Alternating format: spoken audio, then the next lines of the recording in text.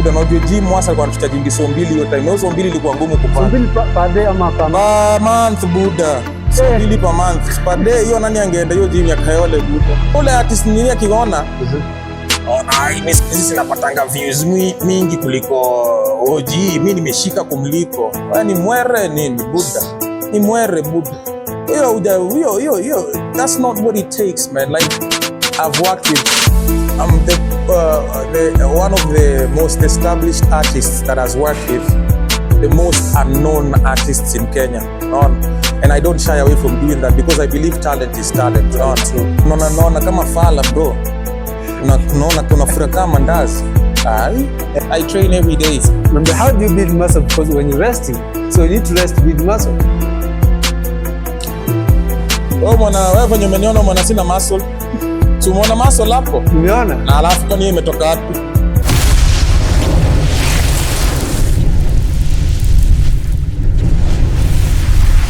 Welcome to Hoka Fitness. As you know, it's about fitness. And today I'm hosting the champ, the OG himself. When you come about hip hop, like EG knows kwa sababu mtu alifanya a lot of things about industry ya music. Amefanya vitu vingi amazing. And today is going to take us through journey yake ya fitness, even lifestyle. OG. Wow. Yes sir. Kwaje? Niko fiti buda manze. Thank you for having me out here. I really appreciate it. Tumekuwa tukiongea for the longest time but finally kwa hapa hivi man, Hoka Fitness, you know what it is. Yeah. I appreciate sana. And when you were one of the guy umefanya a lot industry kwa music. Vitu mingi sana. Umejenga wase wengi. So today nataka to talk about journey yako and someone may watch a new guy na watch kitu leo. Mshindo OG ni nani? OG ni msanii tu. Msanii ametoka Kayole. Kayole 1960 ila si watu wananinauo wanajua rada imekuwa gani from the beginning, mali ilianzia mpaka sasa mali tuko. But all in a nutshell, mimi ni msanii from Kenya, of course, holding it down, representing, na bado pia niko very strong in matters concerning fitness, unaona? Yeah. So what is fitness mean to you? Fitness maisha nini kwa? Fitness ni actually for me I like to think of it as an art. Nini? It's an art in some way. I'm an artist and I like to view things as such. So fitness kwangu ni nasema tu ni a way of life that inakuprepare for the future. I like to think of it like that because I believe that ukiembrace fitness sahi, benefits zake ni in future na uta thrive even more. So for me fitness basically is a way of life. Yeah. Let's talk about a little bit about your childhood. How was your childhood paka wa and jina kubwa hivi sasa? Childhood imekuwa tu normal ile watu wa Kayole. Tukikuja hii side nyingine tuiangalie from this angle compared to where I was before, tutasema ilikuwa ni maisha ya shida, ilikuwa ni maisha tulikuwa tunapitia vitu ngumu, but tukikommunity kwa Kayole, when I was struggling with life, I never used to feel like I was struggling. Nilikuwa naona tu niko Kayole, and because I was thriving in the midst of people who are going through similar situations, I just felt like I was okay. So the life ilikuwa normal of course, lakini nikiangalia sasa hivi ni OG naona hiyo maisha ilikuwa ya kungangana, but we were happy. I was happy. Of course there are some things that we went through, difficult things, but I believe that those are some of the things that maybe made me the person that I am today. So yeah, I mean niko tu sawa. So when you talk about music, and when did you start singing as yourself? Ulianza tu kusema as OG nataka kuwa msanii? Mimi nimekuwa msanii since nikuwe mjunior, since nikuwe primo. Hata hiyo ile system nilikuwa naenda primo, Imara Primary School pale Kayole.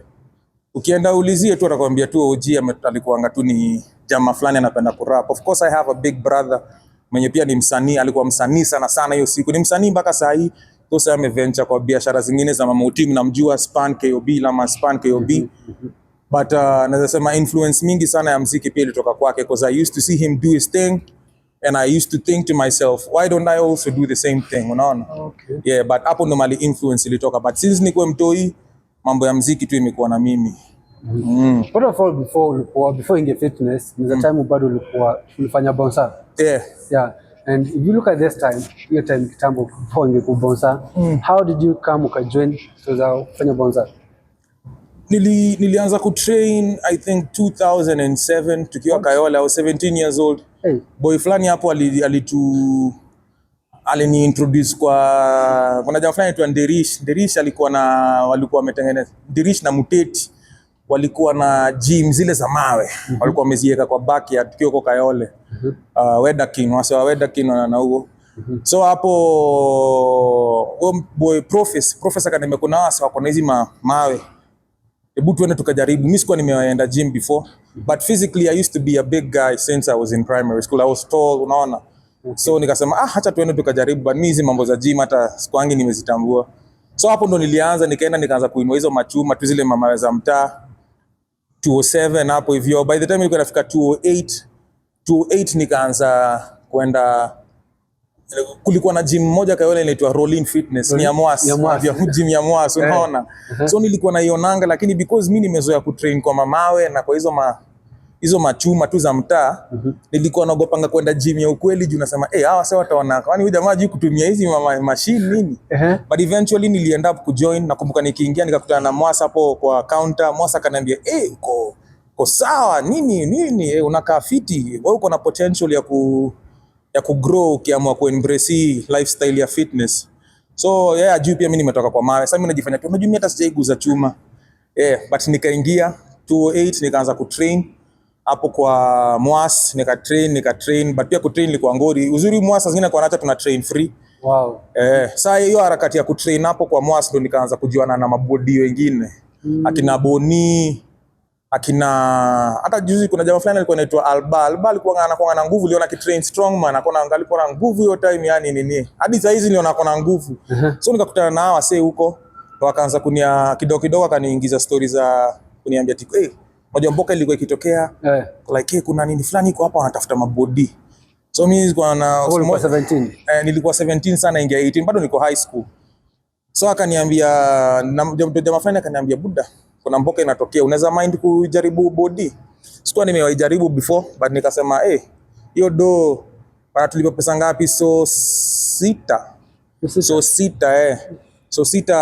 na night moja buda, unajua gym Mwasa alikuwa anatucharge so 2 hiyo time. Hiyo so 2 ilikuwa ngumu kupata. So 2 per day ama per month? Per month buda. So 2 per month. Per day hiyo nani angeenda hiyo gym ya Kayole buda. Tena lakini kumbuka ilikuwa 208. So 208 ni kama saizi karibu hata 2,000 ama 1800 ama 1500. But then unakumbuka pia gym iko Kayole. So ndo akaniambia, nikasikia so 6 ndani ndo nikafanyanga event yangu ya kwanza kama bouncer. Sikuwa najiamini, nilikuwa naona wase wameweka nyama, bado nilikuwa najiona siko kwa hiyo miaka yako. Kwa hiyo miaka nini, bado nikaendelea tu hivyo, ikaanza kuingia kwa system 208 209 by the time sana complete chuo kabisa. Story ya gym imeshika, yani nini, ndio hata nikaanga job club inaitwanga Reminisce iko pale Wilson Airport. Hapo sasa nikaanza kufanya club nyingine ya Sapero wanapiganga Mugithi hapo. So hapo nikaanza kufanyanga Thursday Friday Saturday. Mjengo so sita zako. Nikijengwa masaa zingine tips zikitokea, ukibaiwa drink unaipeleka kwa counter, ukishamaliza unageuziwa na nini. So ilienda tu hivyo, but bado nilikuwa na rap. Nilikuwa na bado nilikuwa na rap, nilikuwa natoa mixtape. Because some of that money is what I used to spend on studio sessions, unaona.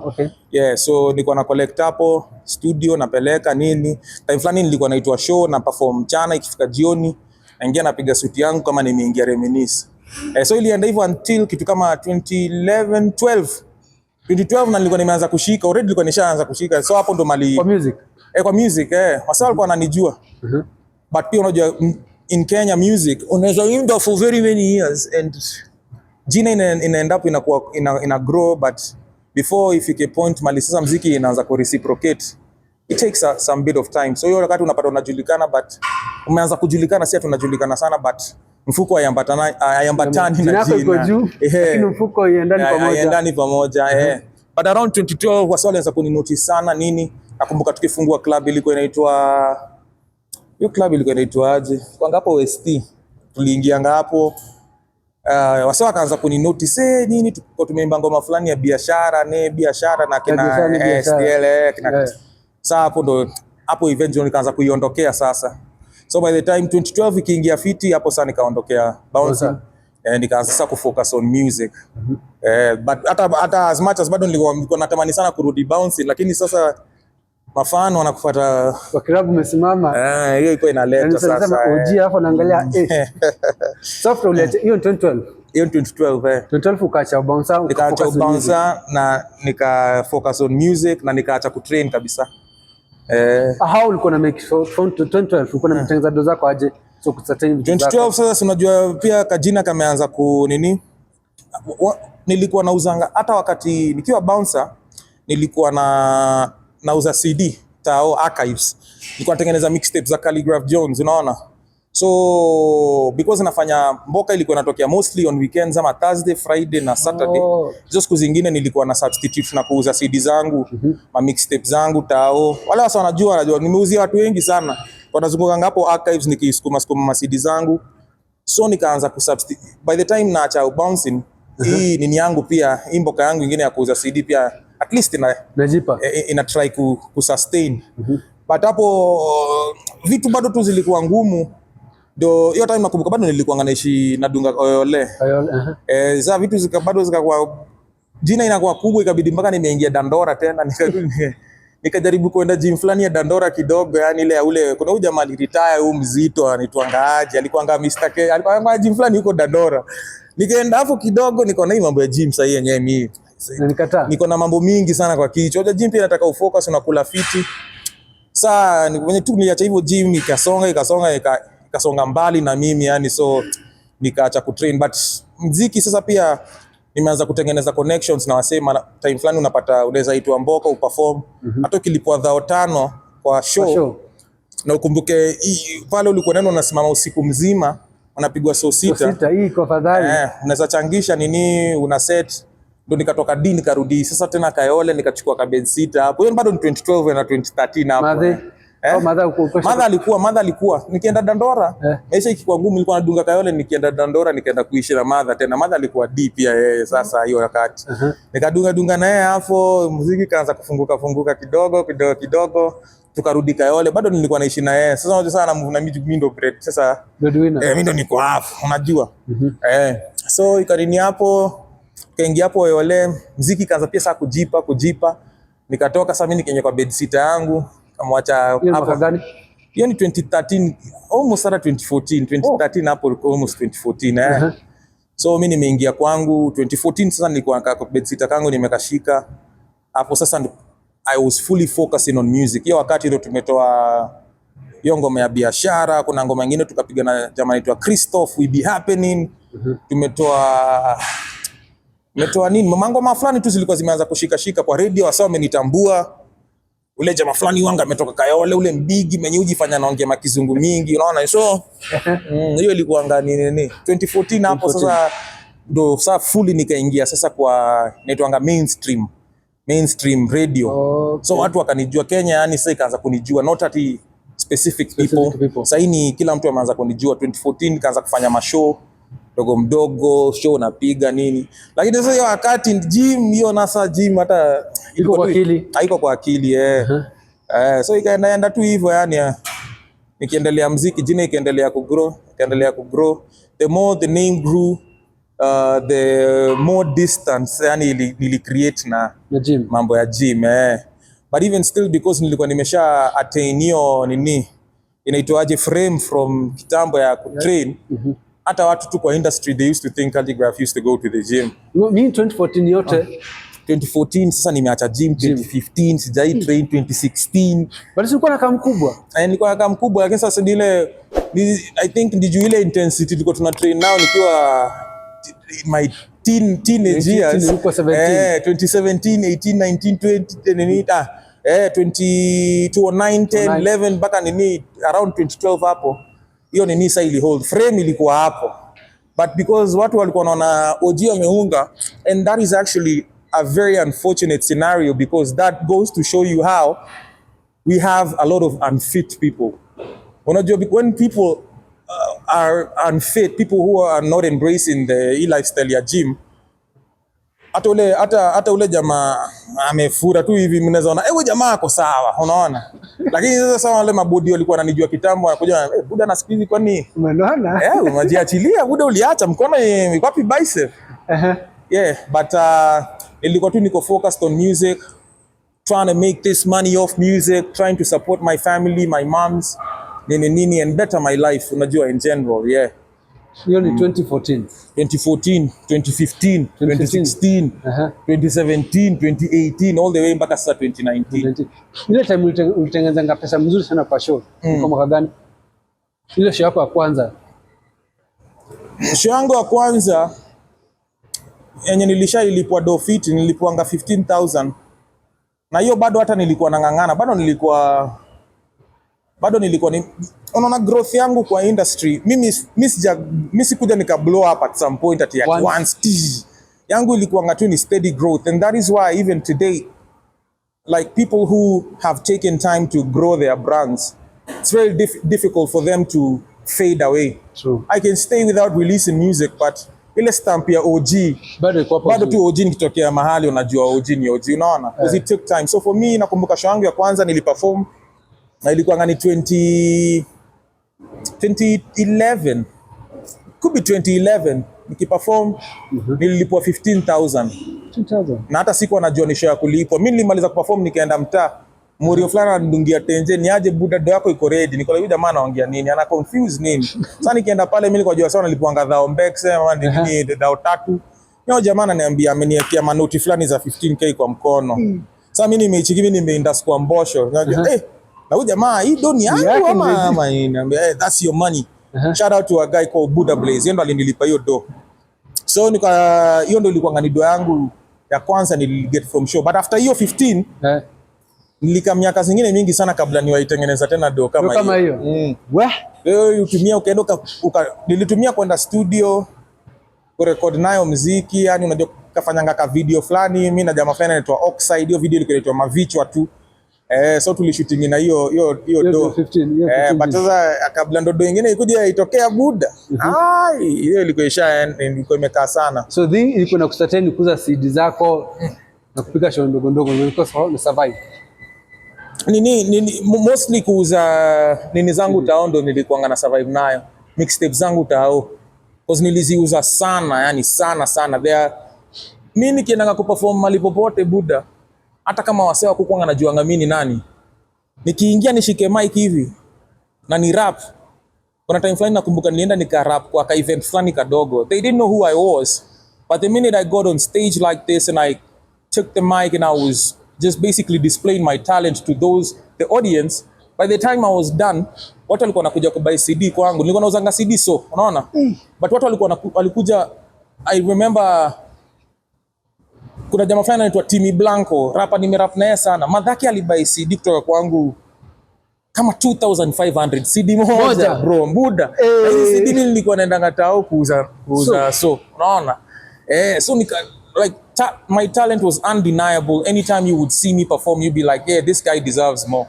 So hivyo ndo venye nilikuwa na survive basically. Shows bado nilikuwa na try ku build jina. Hakuna msange niita show aniambie kali tunakuita show tunataka kupatia 10,000. Because sasa utapatiwa 10,000 na bado hakuna how bring value to the table, unaona.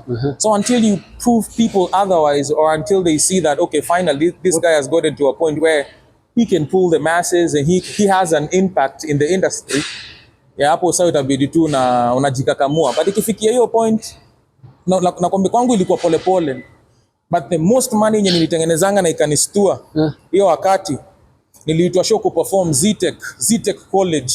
Big shout out to Ztech by the way. Walinipatia 50,000. Mwaka gani? Hiyo ni 2013. Hiyo ni 2013. Wakanipatia 50k. Hiyo hata ndo nakumbuka sawa wakati sana nikahama vizuri, nikaacha mkeka mother mimi nikaingia kwa hawa yangu, nikanunua ka flat screen, ka kitanda, nikaanza sasa Kayole bado. Bado Kayole. Lakini Kayole side ya kuna play watu wa Kayole Nyamavila huko. Unajua Nyamavila ni place ya Kayole, ilikuwa ni place wase wameomoka wa Kayole, lakini bado tu basically niko tu Kayole ndani, unajua. So akanipatia 50k. Na hiyo ndio I think sasa ilinifungua macho nikakuwa like, by the way, hii industry iko na pake if you know how to play your cards right. Unaona? Yeah. Nikuuliza, kuna huyu manager wako? Yeah, Franco. Umekaa naye for how long? Tumeajui since 2009. Nilijua Francis 2009 because they used to go to the same school with kuna producer anaitwa RS66. RS66 wasa wanaona kwa shona jua RS66 producer kina Cardinali tulikuwa na studio hapa Umo mpaka wa leo iko hapo, ndo bado wase wana record yanga in 2010. Hapo ndo Malisa kuliingia nini, so nilijua Francis from RS66 because tulikuwa bado nilijua RS nikiwa high school, unaona. So nikajua Francis hapo, so Francis all through tukaanza na yeye, though hapo believe in management per se, because hata hiyo studio ya nini walianza na RS66, but mimi nika convince Francis along the way, nikamwambia bro, why this thing is actually possible for you to do it. And he went to school. Eventually, after some time, he went to school to learn about management. To learn about management. Akakaa 4 years akisoma. Akanini tukafungua Blue Ink for 2014 huko ikilini. All through tumekuwa tukiwa na yeye hadi sasa wa leo. Because kenga wase wengi wanabadilishanga manager. Kishafika level fulani, wanatupa manager ngo. Why specific kuje badisha manager wako? Yeah, because kuna narrative fulani watu wamesukumiwa. Upcoming artist akiona Khaligraph amefika kwa hii level, anafikiria ati ni manager wangu amenifikishia hii level. No, by then we have been working together. But even mimi, despite the fact that I need to have a manager to handle some stuff, as an artist pia wewe mwenyewe lazima ujue kujimanage. Kama huwezi jimanage, hata manager atashindwa kukumanage. So watu wako na ile belief that I can mess up, I can do whatever, nikiongoja manager akuje anisaidie ndio sasa ndakuwa vizuri. Lakini ujui inafaa kuanza na wewe, because kama wewe mwenyewe huwezi jimanage, hakuna manager hata ikukumanage, unaona. That's why all through the years tumekuwa tukiwork together, and we have most of these big artists, probably if not all of them, they call Francis for advice about nini. So Francis, hapo tunaweza fanyaje? Tunaongea na client, nyinyi mlifanyaje nini? Francis has been like, he's well like nini with that side of the job. He knows his shit. So Franco yani anakuanga ameivisha hiyo pande, na we are never greedy with information. Anytime anybody hits us up for info, we are always more than willing to share yani hiyo information now and venye wanaweza jisaidia nayo. If you look at industry, what is one thing inakilingi wase wengi? Ni ego na discipline. Unajua always go na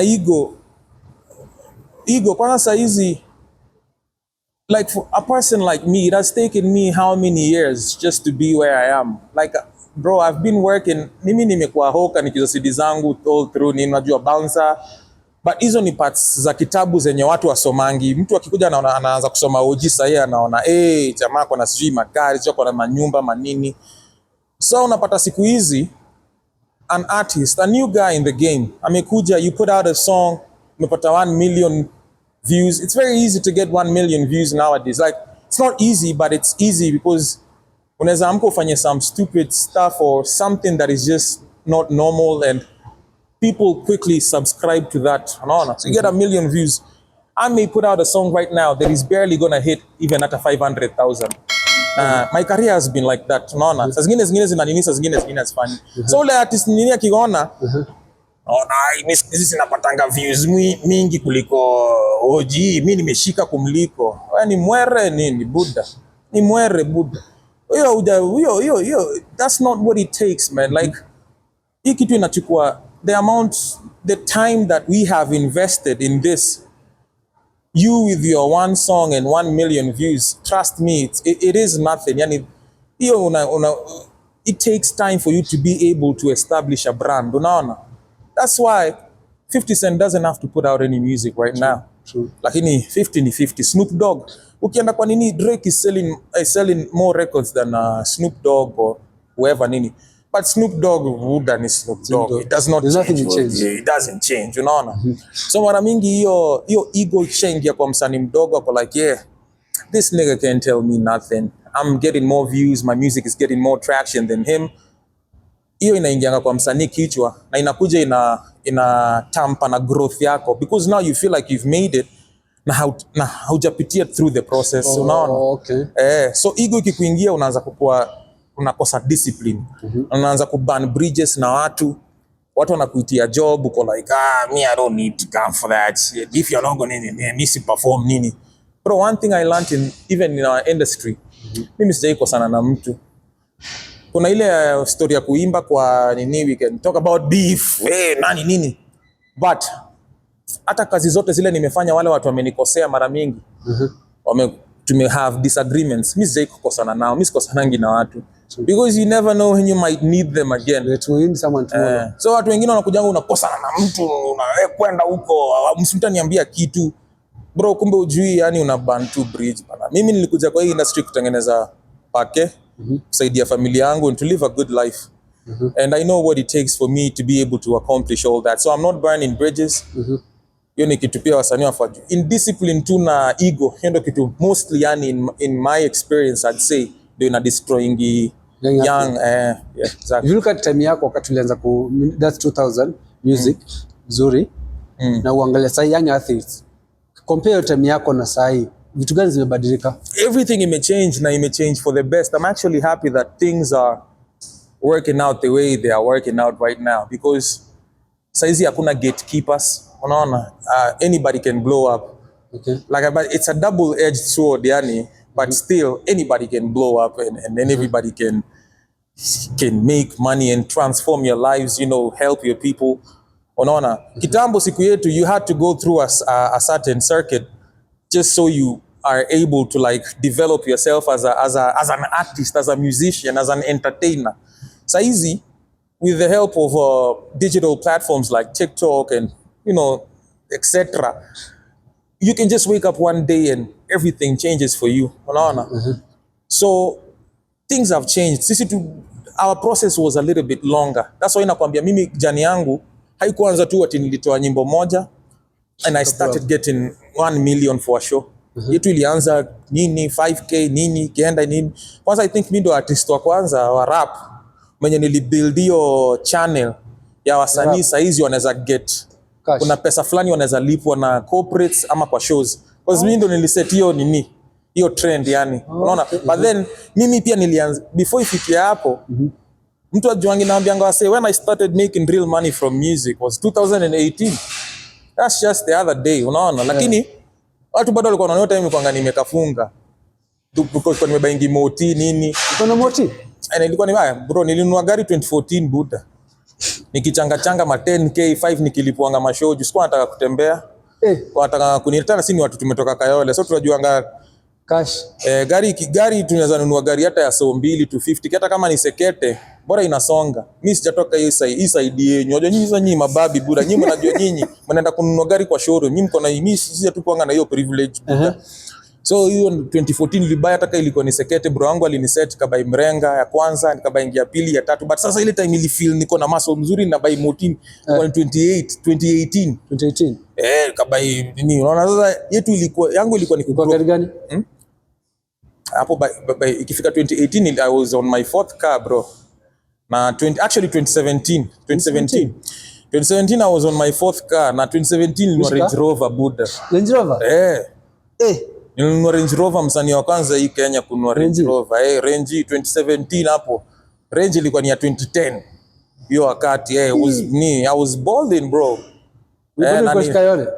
Hapo sana nilikuwa nishafungua ofisi, nilikuwa naishi Doni. 2017 shika Range. Hiyo ilikuwa by the time nilikuwa na buy kwa nimepack mrenga kaa 3 kwa nini? Kwa parking Gari ya kwanza ilikuwa ni gani? Gari ya kwanza nilikwambia ilikuwa ni Subaru Legacy B4. Ya pili nikabai Subaru WRX STI nini. Ya tatu nikabai Forester. So hiyo Forester actually was one of my most famous cars, because hiyo sasa wakati sasa ni blow vizuri, watu walikuwa wananiona nayo. Nikibai Forester nikabai gari ya sasa, nikibai Forester nikaongeza gari ingine. I didn't have to sell the Forester to buy another car, so nikashikanisha gari, nikakuwa na gari mbili, Forester na Makex. Nilinunua Makex, acha na Makex venye watu kuja kununua kisikiwa mingi, nilinunua before watu waanze kununua. So nikakuanga na mrenga mbili, Subaru Forester na Makex. So kaenda, by the time nilikuwa nakuja kunini, kuja inaitwaje, I bought my Range. Sana nilinunua kama niko na hizo mbili. Kama uko na hizo mbili? Yeah. Hiyo ni 2017? Yeah. 2018? Sasa unajua hiyo wakati bado nilikuwa na hype nani yako na gari nini, but sasa hiyo story ya magari hata kwangu ikaanza kukua tu like nini, because guys knew ikifika ni msanii alikuwa anabaingia kuna magari ojindo alikuwa ngao mse. So by the time hata inafika 2018 I was losing count of the cars that I had, because 2018 nakumbuka my manager bought I had a whip that nikapatia nini manager wangu, yani another Makex that I bought nini nikampatia kakuwa na gari 28 nini kuja nikanunua Mercedes Benz the E-Class nini E350 yenye watu walini. I bought that, I was that for a long time. Nikanunua Range ingine, nikanunua nini, because now pia ndio kimprove unaona kubadilisha nikinini, na pia mimi niko kwa nini ya gari kwa sababu wale wanajuanga ojini, mimi utengenezanga mamoti, unaona. Gari pia ni another venture yangu nini, kijua Lamaz, even my bro Lamaz KOB, that's what we do. So gari, I can't even count the number of the cars that I've had, yani or the ones that hata saizi niko na zingine kadhaa bado zingine natengeneza yani nini. So cars is hype, unless nini Maybach ama inaitwa nini Tesla ama Rolls Royce, hizo ndo sasa zinaweza mimi menyata zinaweza nistua, but hizi zingine hata haziwezi kunistua. Ama nikiona nanga wase wamebai na congratulations, but gari sahihi sidhani kama inaweza kunistua, yani unless sasa ni Rolls Royce. Diamond anaweza nistua na gari yake ya Rolls Royce, but hizi zingine hizi za kawaida. Sam K anaweza nistua na Range Rover yake ya 2023 2024, but anything below that gari tu yani. If you look at industry ya Kenya music, most of wasanii wengi ni kitu gani wanafanyanga makosa? Full experience yako. I think since I'm just happy that we have a batch of good artists who finally have cracked the code. Crack code, they know what they're doing. Okay. Vast majority of the artists that we have right now, as much as many times people want to discredit them and say that unajua sijui wasanii wa Kenya wanakuanga hivi ni bro, watu wamecrack the code, watu wanabadilisha maisha zao na hiki kitu wanafanya. So mara mingi watu wakiniuliza ati what do you think Kenyan artists do they are in, na mimi I am pro Kenyan artists. I will not speak about their shortcomings ama nini. I can just point out 2-3 things niseme. People need to work harder. Okay. People need to embrace like ile kitu niliongea, ego ishikushwe chini and realize that we need each other to make this thing work. Unaona, individuality hiyo mimi hiyo kitu aonga ileti yani. If you look at my career yangu nimeibuild na working with people. I know how to work with people and I know how to relate with people very well. All the artists ukiangalia kwa industry nimework na watu wengi sana, known and unknown. I've worked with the one of the most established artists that has worked with the most unknown artists in Kenya. And I don't shy away from doing that because I believe talent is talent. True. So tukue tu na hiyo unity, but I believe the code has been cracked. Kina Saru and whoever, Cardinali, these guys are making money off music, man, and this never used to happen before. So I'm just happy that we are where we are right now. Yeah. Ni kitu gani inapending unapata msee ametokea ametrend nini na nini, after a while anapotea? Hiyo sasa ni different because real talent is always going to stay there. Kuna ingine inaitwa wave. Mtu akitokea leo amehit na kitu fulani, hiyo ni vitu tunaita wave. Easy come, easy go. You cannot establish a brand in a fortnight. Unaona? That shit takes time. So anything that is going to happen hivyo ndo venye inapotea. Real talent inachukuanga nini, real struggle takes time. Takes time to build because something. you gotta trust the process, man. So kila kitu ni process. Hiyo kitu ya hizo ni wave, na Kenyans pia ni clout chasers, unaona? Not even Kenyan entertainers but even the fans. Fans ni clout chasers juu fan akiona kitu fulani imetrend anataka kuwa kwanza ameipost kama meme ama kama nini. But sometimes they don't use the same energy to post good things. Unaona? Kitu mbaya, even if you do this interview but mbaya ni shrub ni that is the part that is going to trend the most. That's the part you're going to lakini ile part where you are oozing like proper information that can help people, that shit doesn't fly. Unaona? So Kenyans pia wenyewe tu ni ma clout chasers yani. But iko tu sawa. Ni wasanii gani udhani Kenya wako na talent lakini kwa umelala? Mwenye alikuwa amelala na sasa ameamka ni Masauti. Nilisema Masauti is probably one of, if not the top 3 best singers we've ever had in this country. Sasa ameamka na tuko na mangoma tuna nini. Wale nani amelala. You know me, I always just say things, you know. Sai nani amedoze bana. No, I don't. Watu wanafanya tu shughuli yao. Sijui, sijawaangalia. Mimi lakini Masauti ndio nilikuanga na shida naenda Katapila. Rapa mnoma sana lakini sasa hizi wameamka, wanafanya shughuli yao. So let's talk about 2019. We will get back to gym. Na ni kitu gani nikafanya ukadecide kurudi that gym? Sikunaona buda. Kunaona kama fala bro. Unaona kuna fura kama ndazi. Ai? Yo wakati I was fat bro.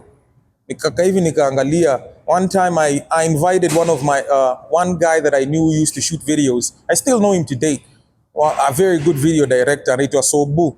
Sobu aletanga morio fulani kwa ofisi yangu. Boy fulani alikuwa anaitwa Odudo. Sikio jamaa ameshona anakaa fit. So by the time ilikuwa inafika 2019, I'm like, man, ule jamaa ile physique yake ilikuwa imenibamba sana. So nikapigia Sobu. Sobu nipatie namba ule morio mwenye mlikujanga naye kwa ofisi anaitwa Odudo. Kachukua namba nikapigia Odudo. Nikamwambia mimi nataka kuanza gym.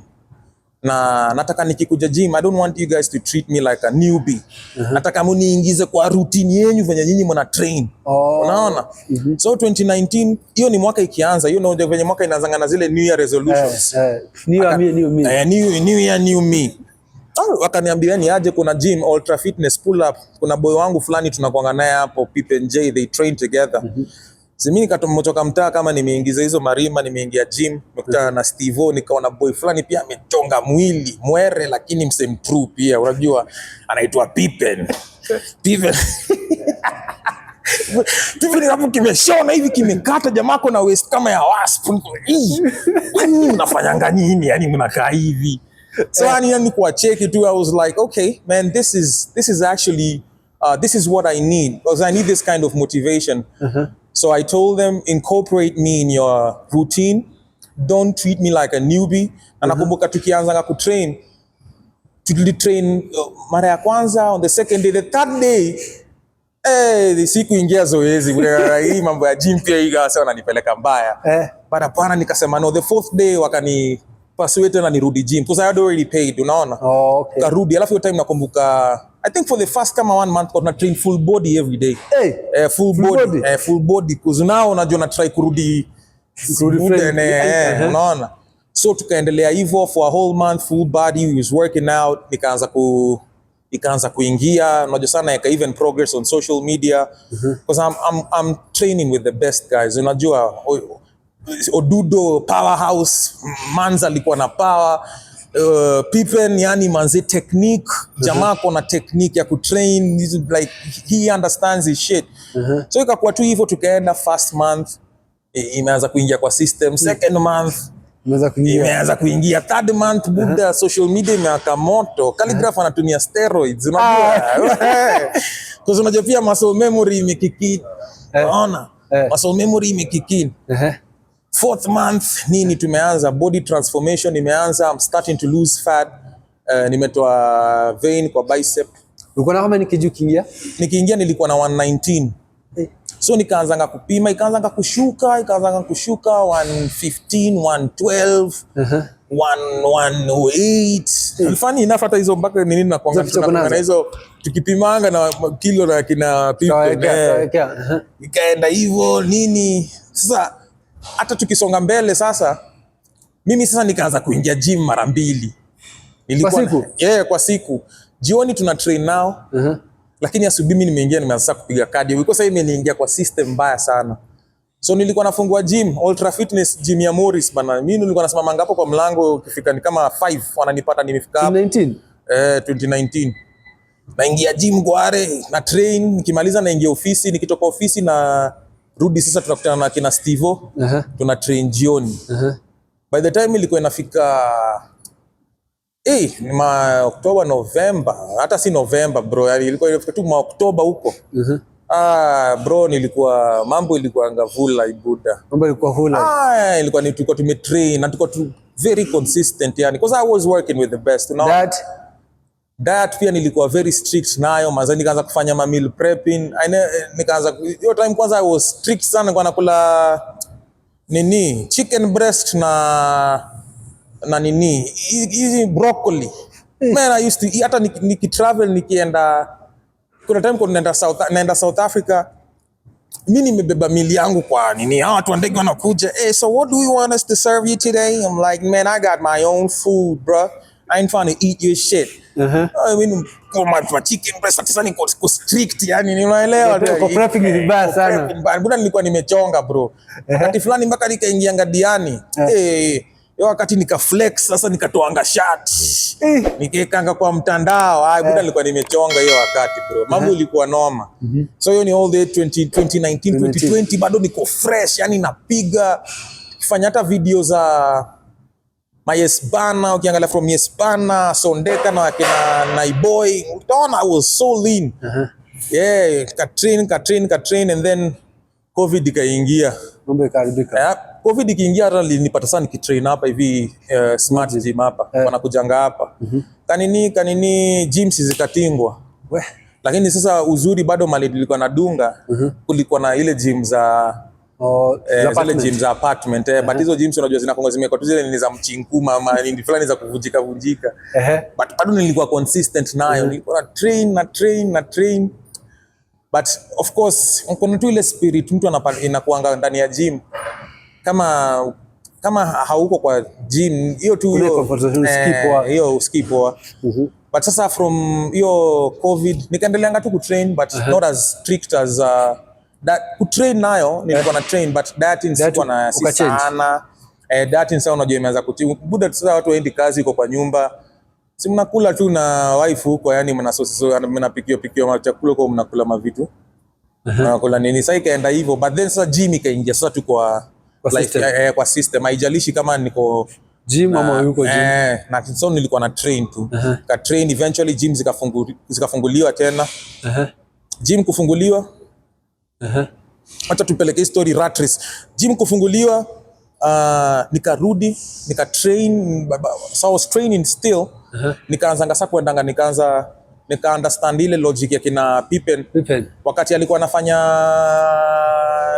anafanya prepping so pia mimi nilikuwa nafanya prepping yani like ni kama sasa najiprep mimi mwenyewe nikitry kucut weight so nikaanza kujua hiyo venye weight na alternate like hapo katikati nilijua kuna time nikarudi mpaka tena 105 kapandishanga tena mpaka 130 unaona tena nikarudi tena mpaka 113 so baada unapata nikirudi 113 times sana niko na nguvu pia nimebuild muscle so wakati fulani kuna weight mali ilikuwa inaweza pita chini yake because now pia sasa nimeongeza muscle unaona and I was comfortable sisi ikaenda hivyo until sasa 2024 nikiwa Powerhouse tulikuwa tuna Powerhouse hapo sasa ndo I think mid 2024 ndo nikaacha kutrain tena because I was working on some things sasa nikarudi gym 2.5 months ago 3 months ago lakini sasa nikirudi gym I was 140 kgs almost 140 unaona picha niko nazo utaziona hata kwa show nikiperform nilikuwa nimejaa huko watu wameanza kuniambia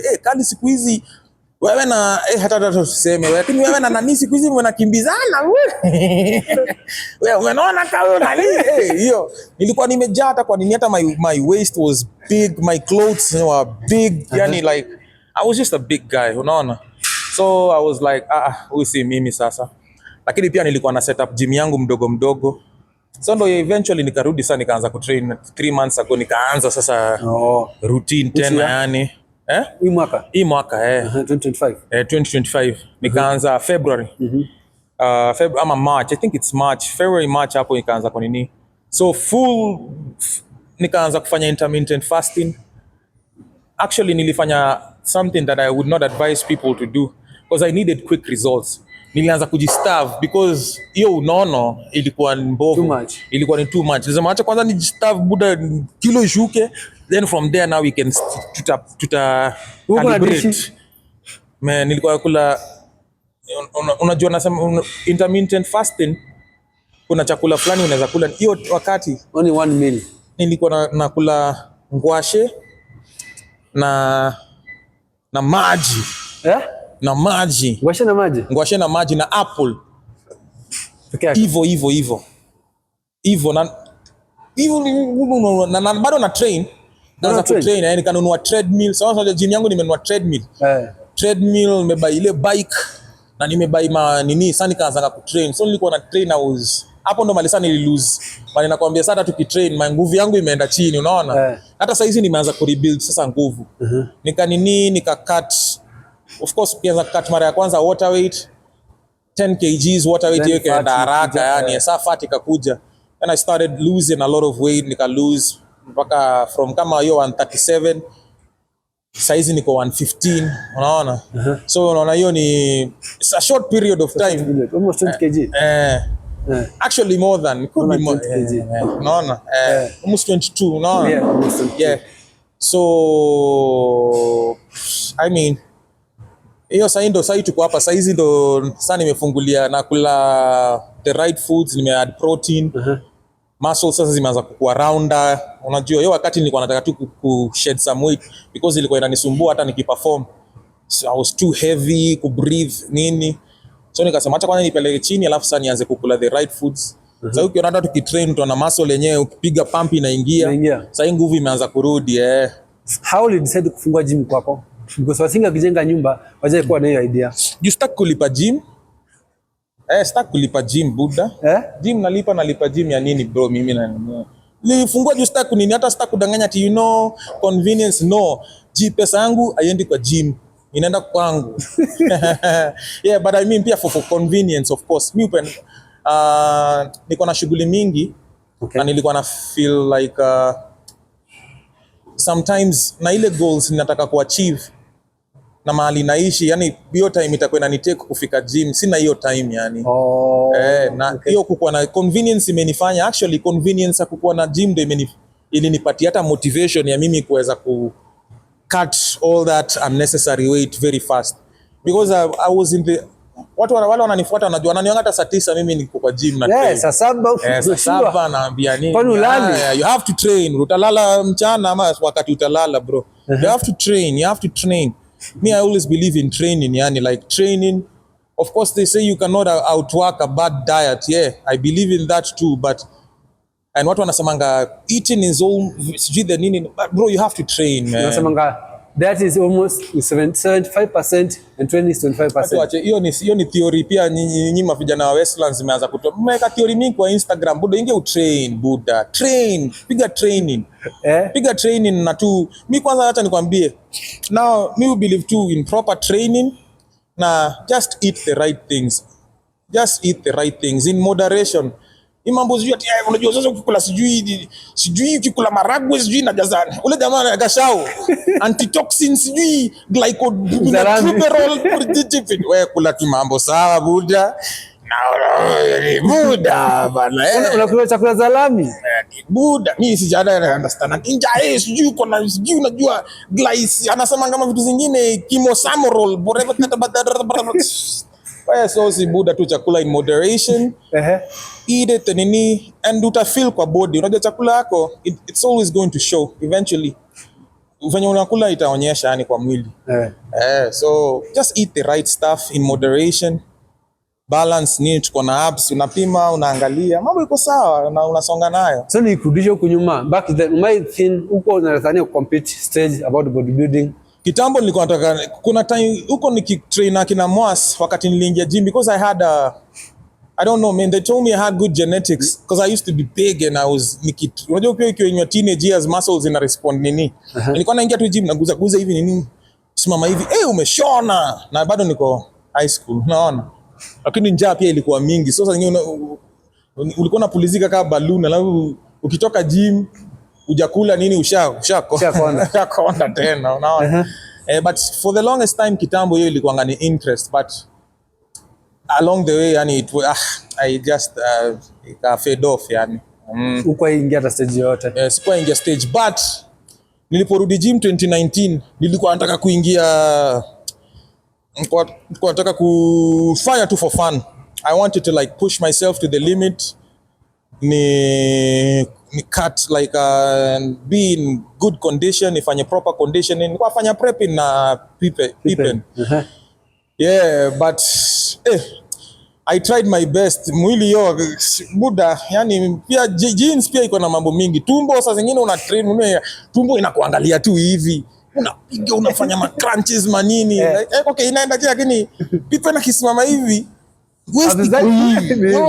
unajipimanisha naye unasema kama huyu ndo stage. Hiyo. Lakini sasa kwa wasanii tu ama kwa nini, I was untouchable man. Alafu fast forward I think kitu kama 2021 2022 hapo I felt I had a lot of strength. Chris mwenyewe ni Chris wakati kwanza kwa ananiona power, huyo jamaa alikuwa anamfinya Chris Okech. Chris ana nguvu compared to me bro, buda. Okech atipao nini nilikuwa namfinya. Lakini anyway Chris is one of the best. Nilikuwa nikasema tu nataka kuingia kwa competition na yeye just for fun. Because yeye pia ni one of the guys that I look up to ikifika ni stories training and all that yani. But yeah, he's strong. I'm not stronger than him. But your time I believed in myself. I could beat him. But now sasa sina nguvu sana. Sioni a few years zimepita. Sasa ni tuongee after miezi 3 bro. Tuongee after miezi 3. Tuongee after, si utaona tu, si mnanifuatilia kwa mtandao, utaona nguvu. Haya. What is one thing umelearn kwa maisha yako, experience through anything? Kunaona iwezi. Kunaona iwezi. Unaona? Haiwezi. Kunaona inakataa. Sitapatia hapa manini, sitaanza kupatia hapa ma philosophy, you know, in life you have to work hard and just keep your focus. Hizo mkitaka sikia Martin Luther King. Ile kitu mimi naweza kuambia sasa hivi tuko haka fitness buda. Unaona iwezi. Kunaona iwezi. Iwezi. Iwezi. Yo iwezi. Si watu unasema kuna mwili mwingine utapewa huko juu. Ati mwili mbinguni. Acha hiyo mambo bana. Kunaona iwezi. Hiyo kitu iwezi bana. Ona niliona dem fulani. Ona ule dem anaitwa Pretty Vish. Unaona Pretty Vish? Dem amelose weight na kafiti bro, like that is commendable. I see that tukiwa kwa hawata na wife yangu. My wife trains as well, like she goes to the gym every day. Tuna train naye pamoja. Tunapigia Pretty Vish makofi, tunasema nini. Sema sijui they're using Ozempic nini. No, if she's using Ozempic, hata tafuta pesa basi ndo nunue hiyo Ozempic kama una nini. Because kuna vitu zingine ni kama wale watu there are people who use gear. Unaona? But misconception ya watu huku hata watu wanafikirianga, watu wakiona nikikula creatine ama pre-workout kwa kichwa yao wanasema you are not natural. Unaona? You are using supplements hizo pia ni gear. Si gear. Unaona? Na even assuming it was. Ndo kwetu kunyuke kwa nyumba uone kama utaona results. Vitu lazima uwekele kazi buda, lazima you have to push yourself. So for a person like Pretty Vish, mimi nikiona irrespective of whatever method yani nini ametumia, she is in a better health condition than where she was before. Unaona? So yeah, watu waende train. Na usinone yani, ukinona hey man, mentally hata kushinda physically inakumess up mentally, like ile mbaya sana. Self confidence goes down. Like vile una interact, hauwezi vaa nguo unataka, yani vitu tu unaka kama mandazi, sura inakuwa round. Yani hiyo kitu iwezi. But hii mambo ya body positivity kwanza msichochwe nayo ati hey guys, my body my choice. Then just fucking go to the gym, man, and get rid of that pot belly and extra fat. Unajua it doesn't take any. Angalia kina hata majua kina Lizzo ni ule dem alikuanga na stand for body positivity. Dem anasema hivyo kidogo ame lose weight sasa yeye ameachana na watu wa body positivity. Buda asharuka amesema buda mimi kwa nasema hivyo lakini yenyewe kunaona haiwezi. For the best advice kunaona man, just try to lead a healthy lifestyle. I mean kunaona pia inafanya hata mimi nimekuja nikanona sasa bado I'm still working on myself to put myself back to the right position. In a position.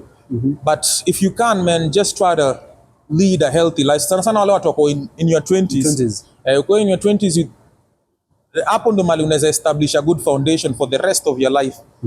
Usijiachilie. Let's talk about your training. Training yako ni gani? Because most tukimaliza episode tunafanya chest. Training yako ni gani? Training yangu saa hii nilikuwa nimecut just according to me, yani, and that's why I said nilikuwa napenda nikitrain peke yangu because saizi mimi ndo na understand. Nilikuwa na understand body yangu in the sense of what I'm eating, the energy that I have. Na sikuwa nataka kujistress. The only person I would allow to train with me hiyo wakati, lakini pia because yako mbali nini ni Pippen. Ananielewa, unajua anaelewa form. Goli yako na condition. Lakini sasa kama zini nilikuwa nataka kutrain peke yangu. Training yangu ni it's really very simple, and my training is very basic. As much as I'm on your calorie deficit nini, I train normal every day. Monday dafanyanga squats na legs and I some bit of triceps and nini. Tuesday Monday international chest day is Monday or Tuesday. Monday is chest day, Tuesday leg day. Used to be like that, but nikai flip because natakanga tu nimalizane na mguu. Monday, Tuesday tuingie chest, hiyo kusema siku ina bamba. Wednesday tunaingia shoulder, but in between tunaongeza tizi za calves, which we do it every day. I don't train arms as much, but ile ni ya tricep uko nayo nini, because nikitrain mkono zangu zinapitanga mwili yangu, alafu sasa mkono zinaanza kubwa alafu mguu zinakaa ndogo, unaona. Wanakuambia training mguu. Anaanza kwambia na hiyo mguu buda train. Toka hapa bana. Tuna train wewe. Those training mkono ati sana. But Wednesday shoulder, Thursday napiganga back, Friday, but kumbuka bado in between tunaongezea tu arms, hizo nini ndogo whatever. Tunafanya pia cardio mingi sana saa hii. Hizo all that shit, yeah. So Friday new train nini? Friday new train whatever sasa. Friday tu I just train. Kwa train mara 5 kwa wiki. Si nimesha na train ati mara 5 bro. I train every day. Every day. Una rest lini?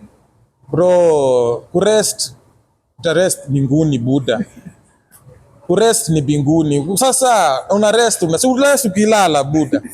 Mimi tena hizo theory mingi mmetoa buda hizi. Si kama muscle ndio muscle beat. Nigga shut the fuck up nigga. What else do you mean buda? Wewe train. Sasa hebu niulize. Umetrain. Umerelax. Mimi niko hapa kwa hii floor hapa juu. Kuna hizi vitu zote. Ati ni Sunday na ati Saturday na Sunday. Mimi ndaona chuma iko pale buda nikose kuinua buda. Ati ni hiyo fanyeni nyinyi bodybuilders. Me I train every day. And how do you build muscle? Because when you're resting, so you need to rest to build muscle. Wewe venye umeniona mwana sina muscle. So umeona muscle hapo? Nimeona. Na alafu kwani imetoka wapi? Buda train.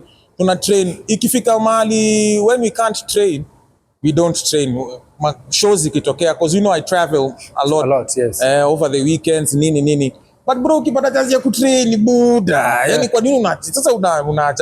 Sasa mimi hizo theory stuff and I believe You guys have the right theories, you say wa gym rats, you know, but me I train every day. Bro, mimi nikiona chuma hapo nitainua. Na nikiona chuma hapo nitainua na hata bado yani na wale watu wengine wale pia wanaongeanga hizo mambo, you know, siji theory nini, ukiangalia wamekonda.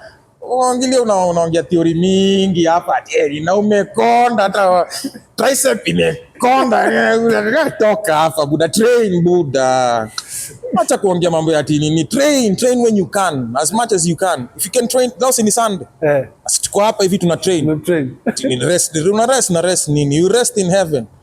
Unaona, but when shughuli zikitokea, I will not feel guilty for not training on Sunday. True. Unaona, shughuli ikikua. But if I'm not doing anything, you train. Una train buda. Unapiga zoezi, una feel fiti, una feel kapamp. Unaangalia kama mkono unasema Sasa unaangalia hivi mkono, unaangalia tena ukiingia Instagram unaangalia mkono yeye mtu mwenye ako na watu like, you know, sasa now guys, muscle has to rest. Ukiangalia mtu amekonda, trap hakuna nini, mkono imehang tu hapa hivi kama nini, buda, what are we doing here nigga? Pack you up son. Train buda, train. Hiyo siku unataka ku rest, train zile body parts zenye hauja develop. Ile siku unaona tunasema hiyo siku ni rest day na uko na access to the gym. Don't feel guilty for not training on Saturday or Sunday. But if you can get a chance to train, nigga, go to the gym and work yourself out. Don't be nini, work hizo body parts hauna. Hata ufanye calf raises, unajua What is your favorite muscle? Ile unasemanga mimi naweza ingia gym naweza ipiga daily. Body gani? Shoulder na chest. Shoulder. Hiyo shoulder, hata naonanga video zingine mkiweka watu wengine wakipiga shoulder hapo, mna struggle na weight. Nifanye tu saizi nguvu yangu ijarudi. Mekapo kafuti mna struggle. Buda, mtakuja niwapige slap ya mgongo. Inua hiyo chuma buda. Eka 50 hapo. Ka 58 kg unasukuma nini? Shoulder place.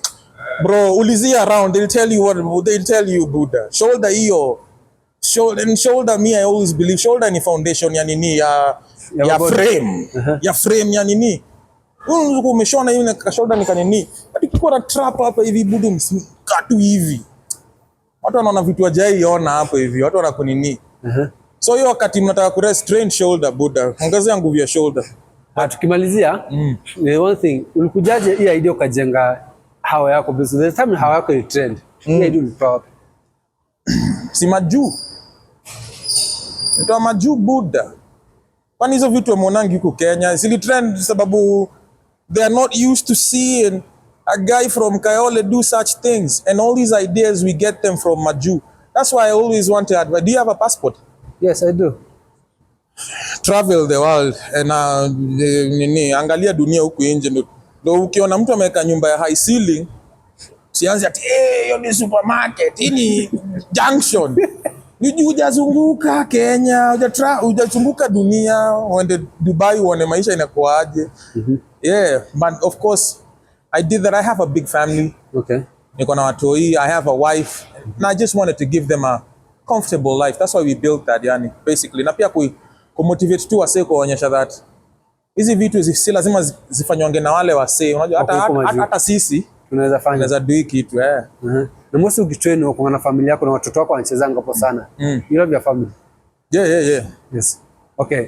One thing tukumalizia, who is your favorite artist when it comes to bodybuilding? Uko unapenda msemo gani? Old school wa kitambo. Old school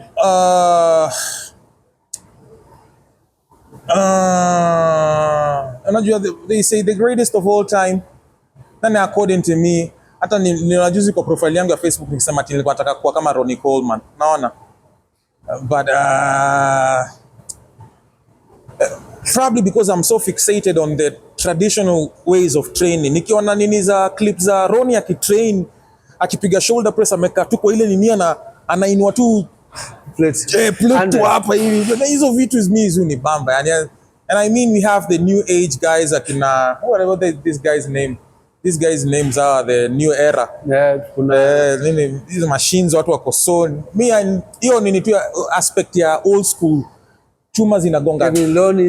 Hizo like ilikuwa inadibamba. And Ronnie ndo alituonyesha hatukuona video mingi za kina J Cutler na kina sijui nani, si tuliona so mi Ronnie today I still follow him even despite the unfortunate events in his life yani with the spine and whatever but to me he is the greatest of all time. When it comes to music kikiaje? Your favorite artist? My favorite artist ni wengi rappers. I mean, kuna watu wanoma kina Eminem but amekonda endi gym. LL was working out and LL Cool J. Hao ni wase nilikuwa naona with the abs and ilikuwa inaka 50 Cent. But mwenye amenibamba siku hizi ni Ja Rule. Umeona Ja Rule at 47 venye anakaa like jamaa umeona Ja Rule venye anakaa, Ja Rule anakaa 50. Yani the guy is probably 47 48 years old, yani unaona. So the fact that he's able to maintain that, he's been able to maintain that all through all time. I mean, that is something I admire, man. Yeah, but locally watu wa nani ana train DJ Sadiq. DJ Sadiq na alikuwa amekonda bro. Baadhi kama DJ Sadiq anaweza shona, kila mtu anaweza shona, hakuna kitu mtu anafaa kunini. DJ Sadiq alikuwa tushanauzi bro. Sasa hii jamaa anapiga masquat, naona kama video zake anasema kama 160. Jamaa ako sawa. By the way, DJ Sadiq, if you're watching this, big shout out to you man, big up. Yani hata yesa zingine anafanyanga naenda naona video yake anasema kama jamaa alikuwa amekonda hivi ati anishinde mimi na mimi nalale kwa nyumba hakitanda hata nikimbie zoezi niko juu yangu. So yeah, but locally si watu nani you train huko. BN ni mtu wa aerobics. But kuna time nilimpeleka gym nikamtrain, yani alikuwa sawa tu nini, but sidhani kuna mtu mwingine. Hakuna mtu mwingine. Haya, nini unaweza ambia mse amenona jaribu lose weight but ana struggle? Watu wanataka a quick fix. Umechukua 7 months to get fat. Unataka kwenda gym 2 weeks. Alafu unaanza complain that I'm not seeing any results.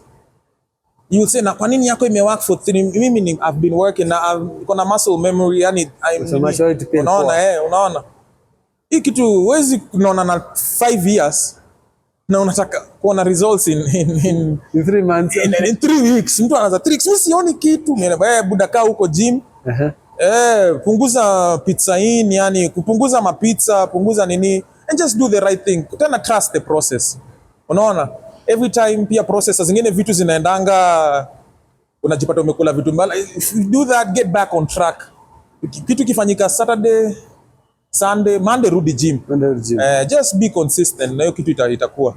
Method gani na kupushingi? Ujai sema like nimesema utaingia 3 months and almost 22 kg and you still bad pushing. Ujai give up. Method gani utumia unaweza patia mse hapo nje? Mentality in what sense yani? Ama that one thing you say, remember like as a OG I want to lose this weight and no matter what I have to lose the weight. I have many people who I inspire. Even aside from the fact that I'm doing music, they get inspiration of my music, but even my lifestyle.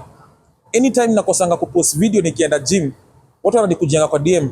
Jones unajua mimi sijaenda gym niliona haukupost. Ukienda every day bro, I'm not even lying to you. Bro niko na watu wanakuja na mimi sikuenda juu mimi sikuwa na ukipost. So mimi naendanga juu yako. So imagine kuna msame kuaminia ati amekutrust hivyo. Unasema I can't let these guys down man. Even other than that, the fact that I'm doing it for myself, at least man someone else is there watching also exactly inspire. So ni hivyo. Sawa, nimeappreciate sana. I hope anyone amewatch kitu amelearn something. Si ndio? It's not just easy. You have to work. Tutafanya ingine probably after 5 months hivi. Patie time because I'm still getting back in my groove. Okay. After 5 months we'll do another one when niko sawa and then nini si ndio? Ukishamaliza hapa tunafanya chest workout then kidogo ka polite. Polite tu aina polite size yake. Appreciation. Tuwaambiaje watu wangu? Subscribe Haka Fitness ndio? Yes.